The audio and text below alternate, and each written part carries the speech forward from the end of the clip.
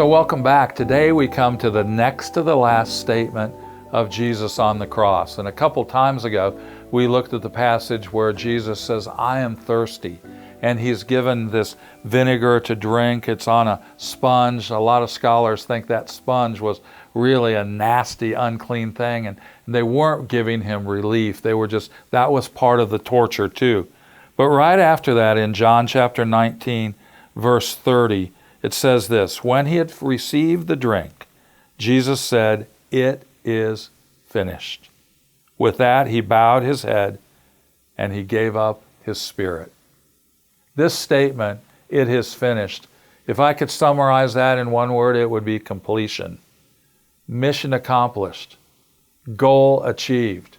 You know, when Jesus came to earth, we celebrated at Christmas, and though that's been hijacked by over-commercialization and all of that, God became flesh and took on the form of a little bitty baby and came to earth. And he grew up.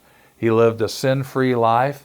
What did he get for that life? A terrible death on a Roman cross and rejection even from his own people.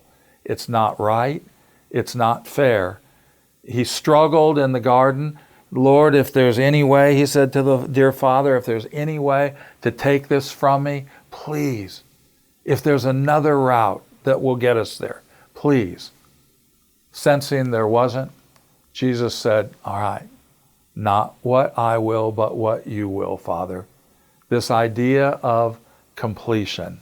And now it's finished. The price has been paid.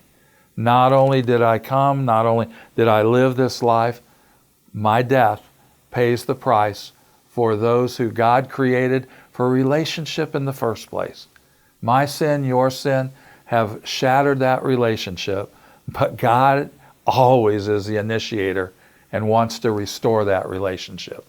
And so the fact that it says completion, that could never be said by any of the Old Testament sacrifices. They all needed to be repeated again the next year. It just covered our sin. It didn't have the power to remove our sin.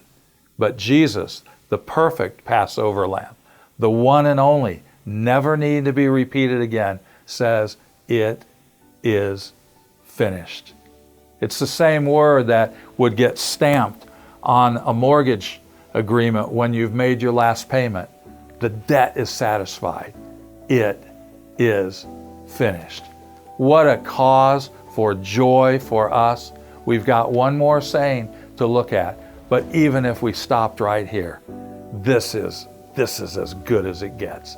We'll see you next time, though, for our final time together during this Passion Week. Thanks for joining me each day.